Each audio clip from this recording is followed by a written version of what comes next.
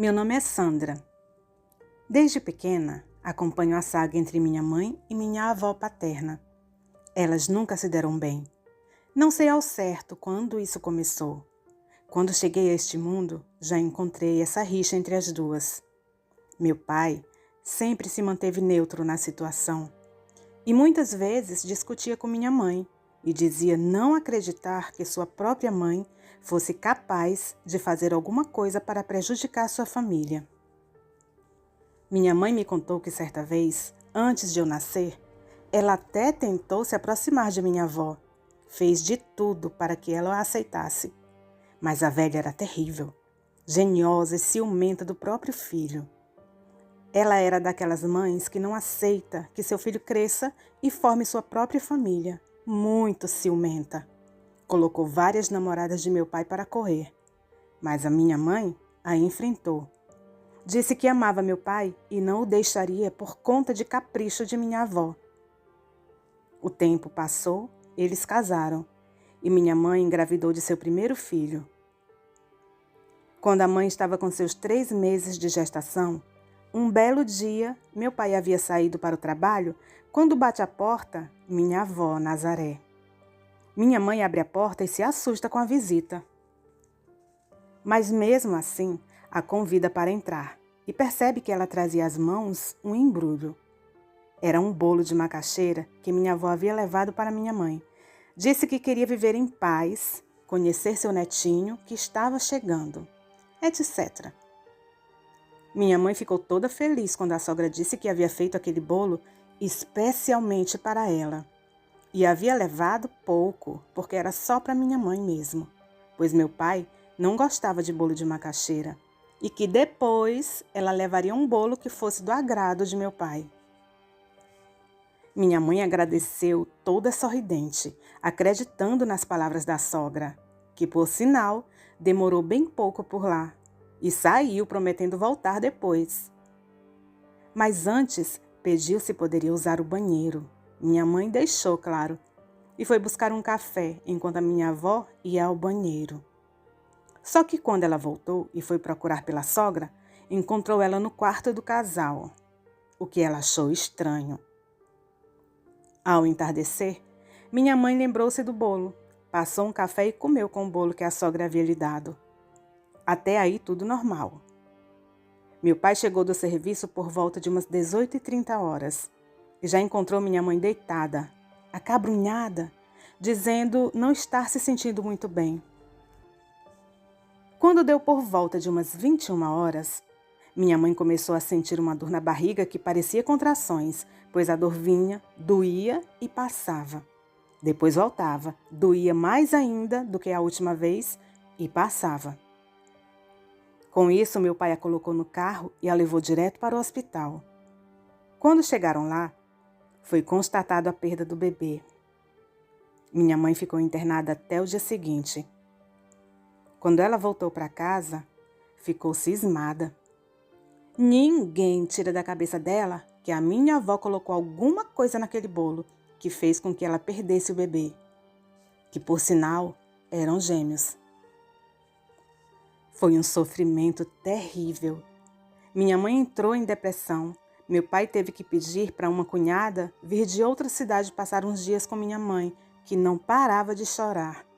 Todos os dias, por um mês todinho, ela chorava. Até que sua irmã a levou a um psicólogo, o que ajudou bastante. Quanto à minha avó, voltou a ser o que era, uma idosa ranzinza. Dias depois, minha mãe disse que sentiu falta de uma blusa vermelha de renda que ela gostava muito de usar. Procurou por todo canto da casa e nada de achar a tal blusa. Ela ficou encucada com aquilo. Não demorou muito, ela passou a ter pesadelos.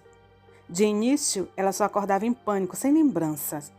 Mas com o passar dos dias, ela, com a constância dos pesadelos, passou a lembrar. Ela via em seus sonhos uma velha de cabelo desgrenhados, pele muito enrugada, dedos longos e esqueléticos, que vinha em sua direção, agarrava seu pescoço e apertava.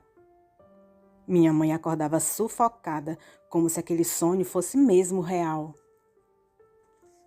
Meu pai já não sabia o que fazer, pois não dormia nem ele, nem ela. E com os nervos abalados pela privação de sono, os dois passaram a se desentender. Aí era briga por cima de briga. Minha mãe, cada dia que passava, ficava pior. Não conseguia dormir, não conseguia comer, não conseguia descansar. Perdeu o emprego. Adoeceu, não conseguia mais sair do quarto. Tudo que ela comia, ela vomitava. A situação era cada dia mais crítica. Certo dia, Dona Ana, uma vizinha ali da redondeza, mãe de uma amiga de minha mãe, foi visitá-la. E só depois nós saberíamos o porquê daquela visita. Dona Ana era umbandista e foi lá com a intenção de ajudar minha mãe. Já foi levando ervas para fazer defumação e banhos de descarrego, entre outras coisas que minha mãe diz não lembrar muito bem. Só sei que a partir dali minha mãe começou a melhorar. Foi ficando mais esperta, mais saudável. E depois de tomar um chá dado por Dona Ana, minha mãe chegou a vomitar uma coisa preta, estranha.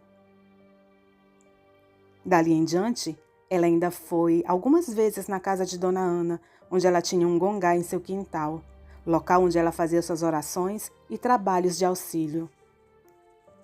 E foi ali que ela teve a certeza que sua sogra havia feito feitiço para acabar com sua vida.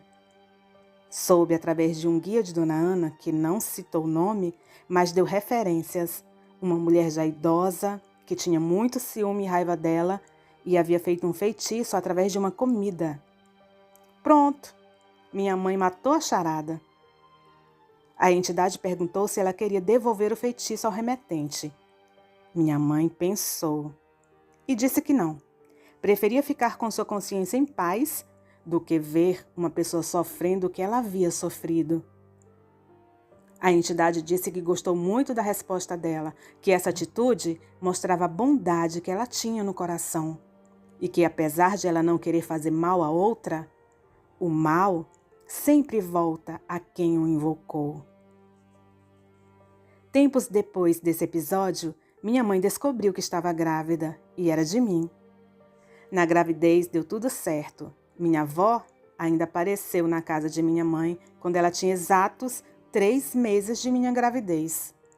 Só que minha mãe, olhando pela fresta da janela, viu que era ela e não abriu a porta. Minha avó deixou um pacote bem pequeno e colocou dentro de um jarro que ficava na porta quando ela saiu. Minha mãe foi ver o que era e viu umas coisas estranhas lá dentro. Uns tipos de ossos secos, ervas. Ela disse que nem olhou direito. Chamou Dona Ana, que retirou aquilo dali e desfez o feitiço. Dona Ana deu algumas coisas para minha mãe se proteger. Ela não me disse o que era. Mas depois disso, minha avó não voltou mais à casa de meus pais. Minha mãe passou por tudo isso praticamente sem a ajuda de meu pai, pois ele não acreditava em feitiço e muito menos que sua amada mãe fosse capaz de fazer mal a alguém. Minha mãe só não lutou sozinha porque tinha Deus e Dona Ana ao seu lado para auxiliar nessa batalha, que estou contando aqui de forma resumida. E como Dona Ana disse, o mal sempre retorna a quem enviou. Depois que eu nasci, forte e com saúde, graças a Deus, soubemos da notícia que minha avó paterna havia adoecido de uma doença terrível na garganta e no estômago. Ela sofreu muito, até que desencarnou. E tempos depois, Dona Ana, em conversa com minha mãe, isso antes de eu nascer, disse que havia ido na casa de mamãe naquele dia por causa de um sonho que ela havia tido com minha avó materna. E nesse sonho, ela pedia que Dona Ana ajudasse minha mãe, pois o mal mandado estava sobre ela. Dona Ana tinha sonhos reveladores e, ciente de seus dons, entendeu o recado e se dirigiu à casa de minha mãe. E aconteceu tudo que já contei. O que me intrigou também foi que fui a única a relacionar a aparição que ficava apertando a garganta de minha mãe, querendo sufocá-la, com a doença que se instalou em seu estômago e a impedia de se alimentar, com as doenças que futuramente iriam acometer minha avó, exatamente nessas partes do corpo, garganta e estômago. Se o mal trabalha, meus amigos, o bem também tem seus guerreiros. Não importa o credo, a raça, o nível social. O bem também encontra meios de agir. Com fé em Deus, com fé, sempre encontramos meios para nos defender do mal. Muita luz a todos. Sandra, o nosso muito obrigada por nos enviar sua história. Muita luz para você e sua família também. E o nosso muito obrigado aos nossos inscritos.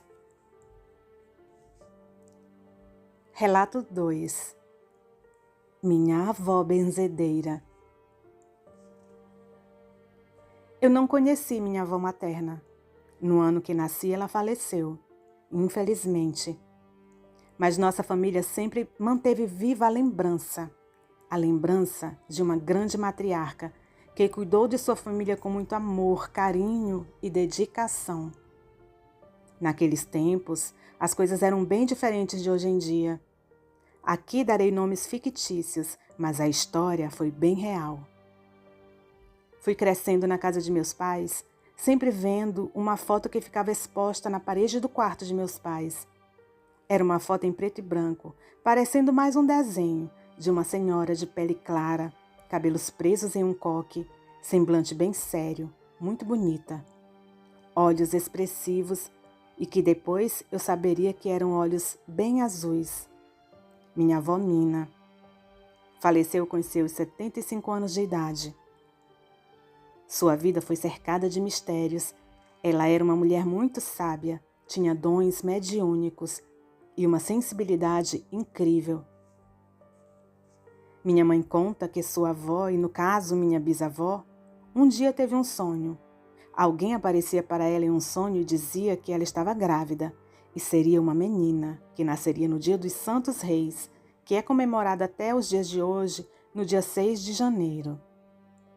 Minha bisa pensou que era somente um sonho aleatório, mas depois ela saberia que estava mesmo grávida. Meu bisavô era líder dos foliões do reisado, festança que acontecia nos interiores no mês de janeiro. Se juntavam ali várias pessoas, em sua maioria homens, com trajes específicos, instrumentos musicais e uma cantoria de casa em casa para festejar o dia de Santos Reis. E eles começavam a cantar e tocar de madrugada, no raiar do dia, e ia pelo dia afora.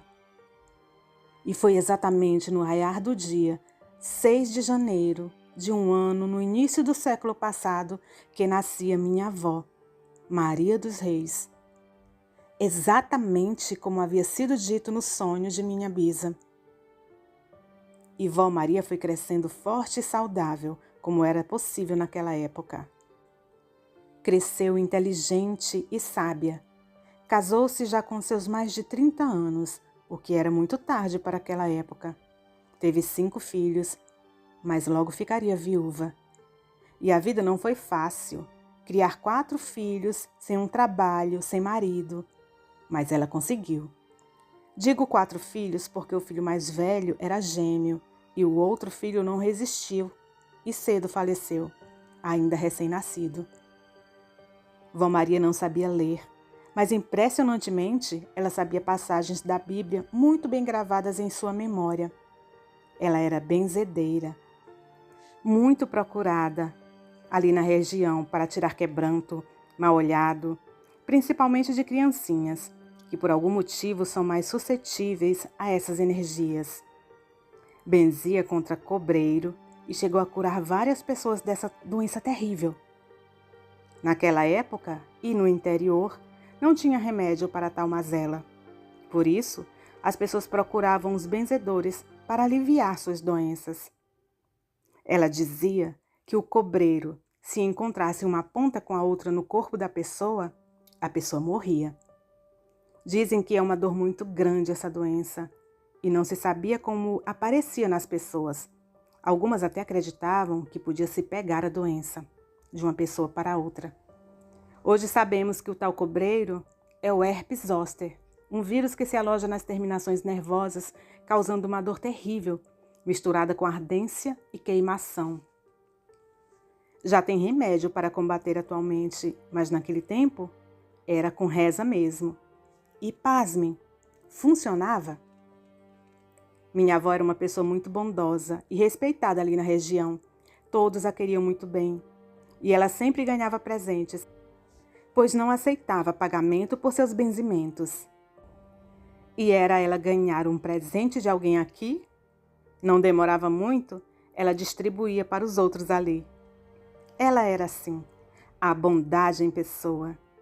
E apesar das dificuldades que passavam, nunca faltou o necessário em sua casa.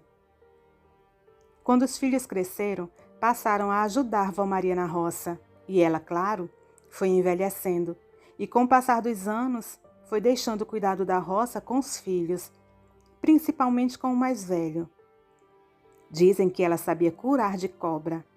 É um tipo de benzimento ou reza que ela fazia em algum objeto da pessoa, objeto este que deveria estar sempre com a pessoa, para evitar que ela fosse mordida de cobra. E cobra ali era o que não faltava naquela região, naquele tempo. E cobra cascavel. Seu filho mais velho tinha um anel curado de cobra. Era um anel de aço, com um pentagrama em cima, típico anel muito usado pelas pessoas naquela época. Eu tenho um desses anéis. Eu vou ver se acho para mandar a foto para vocês. Então, meu tio, ele tinha um anel curado de cobra. E um belo dia, quando ele estava na roça, ele foi picado por uma cobra. E era uma cascavel. Soro antiofídico por ali, nem pensar em encontrar naquela época. Ele conseguiu chegar em casa.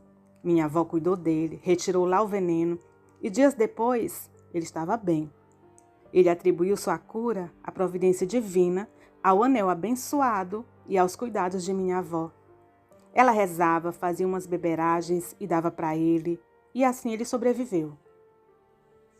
Minha avó conta que Vó Maria era devota de São Bento. Tinha muita fé no santo para a proteção contra bichos peçonhentos. Ela andava por todo lugar e nunca foi picada de cobra.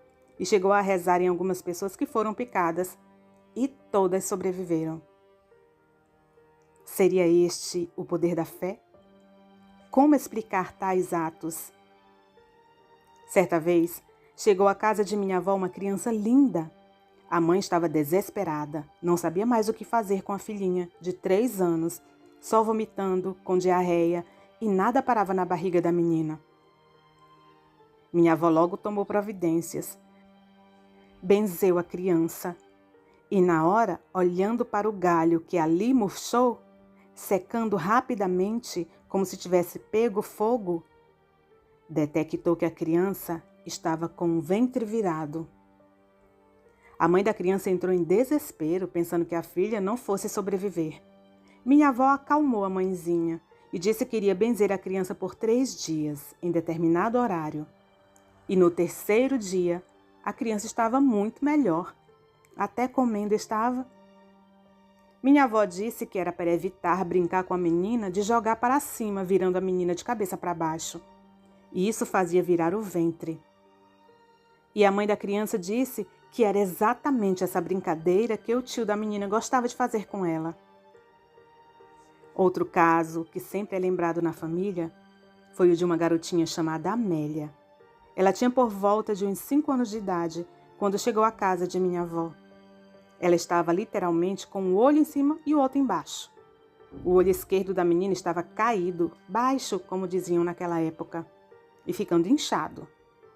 A mãe da criança disse que a menina estava no terreiro de casa brincando com seus irmãos, quando passa uma mulher e se admira da criança. Olha fixamente nos olhos azuis da criança e começa a admirar, dizendo inclusive que queria ter uma filha com os olhos daquele jeito. Pronto! Foi o que bastou para colocar quebrante nos olhos da menina. No dia seguinte, a menina amanheceu com febre e o olho daquela forma. Minha avó benzeu e no dia seguinte, os olhos da menina já estavam bem melhores. Benzeu também por 3 dias seguidos e a menina ficou boazinha. Era por essas e outras que minha avó era muito querida e respeitada ali naquele interior. Ela tinha um vasto conhecimento em ervas curativas, benzimentos. Ela sabia colocar carta, que na época era chamada de baralho, leitura de baralho. Tinha sonhos premonitórios. Enfim, era uma mulher mística. Creio que ela era médium. Mas naquele tempo não se sabia muito sobre esse assunto. Ela viveu sua vida sempre praticando o bem e ajudando a quem podia, a qualquer hora do dia e da noite. Se alguém precisasse, ela ajudava. Até mesmo como parteira. Muitas vezes minha mãe disse que chegavam de madrugada à casa delas procurando por Dona Maria Parteira.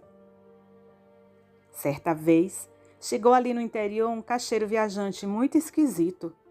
Era um homem magro, alto, muito alto, que tinha um jumento onde carregava seus produtos e um cavalo que lhe servia de montaria. Ele ficou por ali no vilarejo por alguns dias. Era próximo da quaresma. Quando surgiu a conversa que o galinheiro de seu Zé Espiga havia sido atacado por um animal estranho. O povoado ficou em polvorosa. Seu Zé Espiga ficou impressionado com o estrago.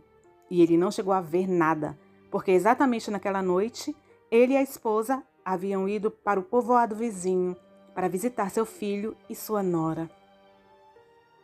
Quando chegaram em casa, foi aquela surpresa.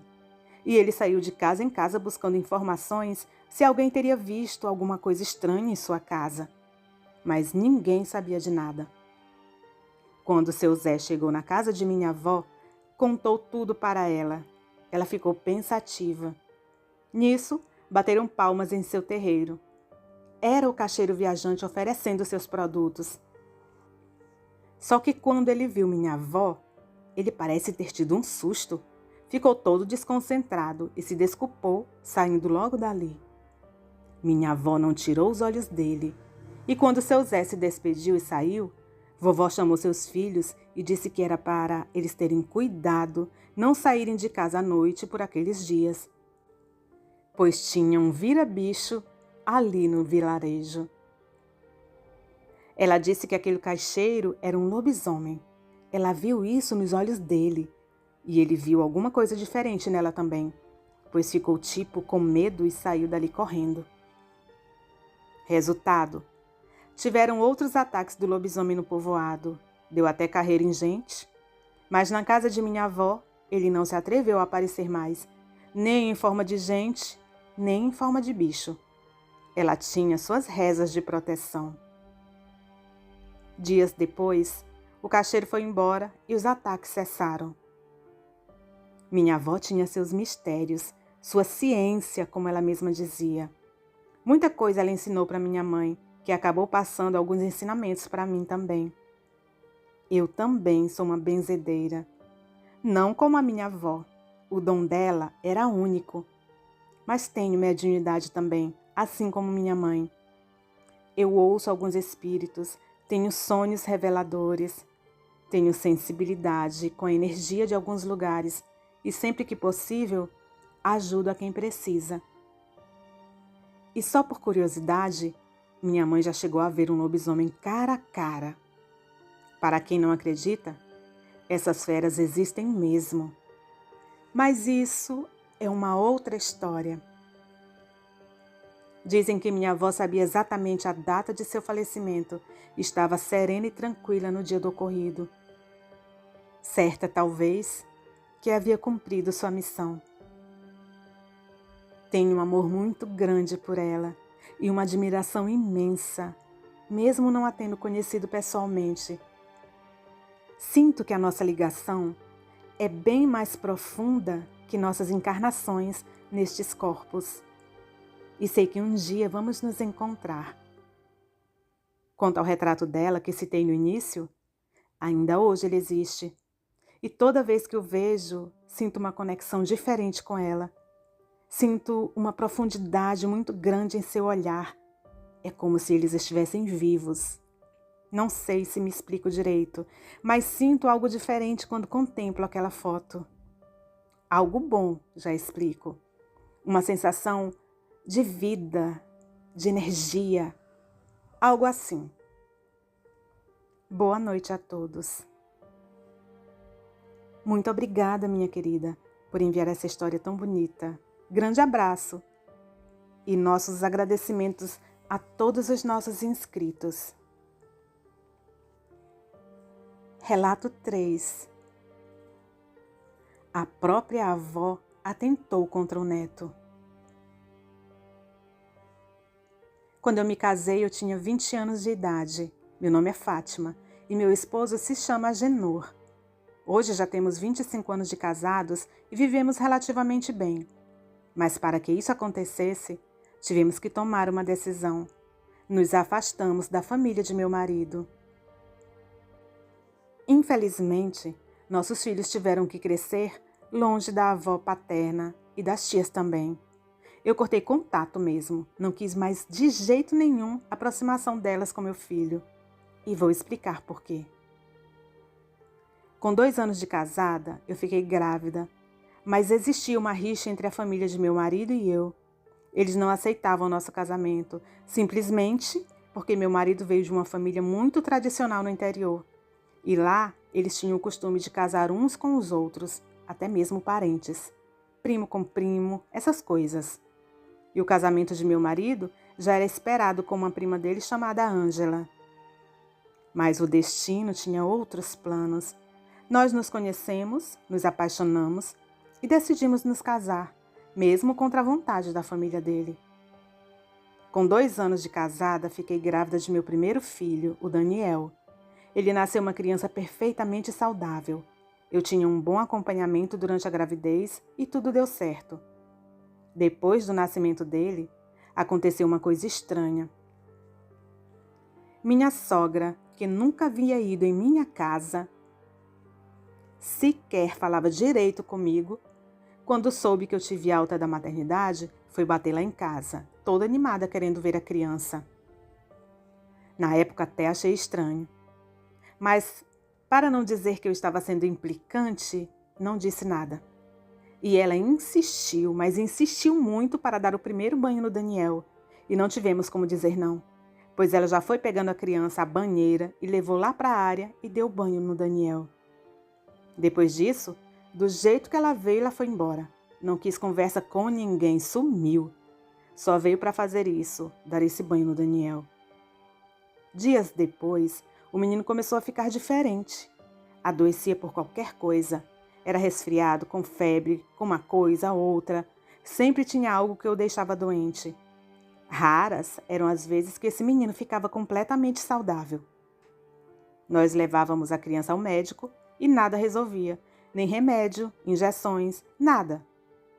Apareceu uma inflamação na garganta dele que durou meses. O menino não conseguia comer direito, nada segurava na barriga dele. E nós correndo de médico em médico e nada dava resultado. Os exames não davam nada. Os remédios não faziam efeito. E a situação estava ficando complicada. Até que um dia, depois de anos nessa luta, uma vizinha veio até minha casa e já com pena da situação do garoto e minha também, que não sabia mais o que fazer, me deu a ideia de procurar um benzedor. E me deu o endereço de um benzedor que ficava no bairro vizinho. Então, a partir daí, passamos de benzedor em benzedor, porque sempre que íamos em um, eu percebia que ele melhorava um pouco. Mas demorou até encontrar um que resolvesse o problema. Nisso, o tempo foi passando. Daniel foi ficando mais velho. O desenvolvimento dele foi comprometido. Ele era menor que todos os amigos de sua idade. Era atrasado na escola, muito fraquinho. Qualquer coisa adoecia. Foi um período de luta, de sofrimento. Até que um dia encontramos uma senhorinha, Dona Alzira, uma senhora benzedora que morava em um bairro vizinho. Levamos Daniel até ela. Quando chegamos lá, essa senhora olhou para Daniel e nos falou o seguinte: Minha filha, essa criança sofre muito, não é mesmo? Ainda bem que você trouxe ele aqui. Nós vamos retirar esse mal dele. Foi um mal que botaram nele e foi para matar. Quem colocou isso foi uma mulher, muito próxima de sua família. Ela queria a morte dele. e abri o corpo dele assim que ele nasceu, para que todo o mal ao redor dele o atingisse. Vamos ter que fechar o corpo dele. Ele vai ficar bom. Traga ele aqui durante 6 dias, que eu vou fazer um benzimento nele. Durante 6 dias, 2 vezes ao dia, de manhã e à tarde. Tá bom, minha filha? Sim, dona Alzira. Eu vou trazer ele, sim. E assim fizemos. Durante 6 dias eu levei Daniel para aquela senhorinha fazer os benzimentos nele. E as coisas foram mudando. Daniel foi podendo comer melhor. Já não vomitava a maioria das coisas que ele comia. Foi ficando mais corado, perdendo aquele aspecto de doente, sabe? Ficou outra pessoa. Eu fiquei tão feliz em ver meu filho bem. Depois, voltei lá na casa de Dona Alzira. Eu queria ajudá-la de alguma forma, mas ela simplesmente não quis receber dinheiro, nem nada. Dizia que ali era um dom que Deus havia dado a ela. Ela recebeu de graça e de graça ela deveria ajudar as pessoas. Eu fiquei muito emocionada em ver a bondade nos olhos daquela senhora. O dom que ela tinha, pois hoje ela já é falecida. E tenho certeza que ela está em um bom lugar. Bom, diante de tudo isso, falei tudo ao meu marido e disse que não queria mais nem saber da mãe dele perto de nosso filho. Não queria nem saber. E nos mudamos para outra cidade. E nossa vida simplesmente andou. Daniel seguiu os estudos, cresceu e se tornou um belo rapaz. Não lembro em nada daquele menino mirradinho da infância. Como pode a própria avó fazer uma coisa dessas, uma maldade dessas com o próprio neto? Coisa inconcebível. A maldade humana é uma coisa inexplicável. Certas vezes, incompreensível. Depois disso, nós tivemos outra filha, a qual demos o nome de Isabelle. E com ela, graças a Deus, longe da avó, ocorreu tudo bem. Bom, esse é um pedacinho da minha história. Para concluir, minha sogra hoje já é falecida. E dizem lá pelo lugar que ela morava que ela era tão ruim que quando ela faleceu, ficou um montinho de terra em cima do túmulo dela. Dizem que isso ocorre com pessoas que são bem ruins mesmo durante a vida. E que o túmulo dela vive estufando, sabe? Não sei se é somente crendice, mas é o boato que corre por lá. Boa noite. Nosso agradecimento à senhora Fátima que nos enviou sua história. E agradecemos imensamente a todos os nossos inscritos e um abraço especial àqueles que estão sempre comentando nos vídeos, deixando seu like, dando aquela força ao canal. Até o próximo vídeo.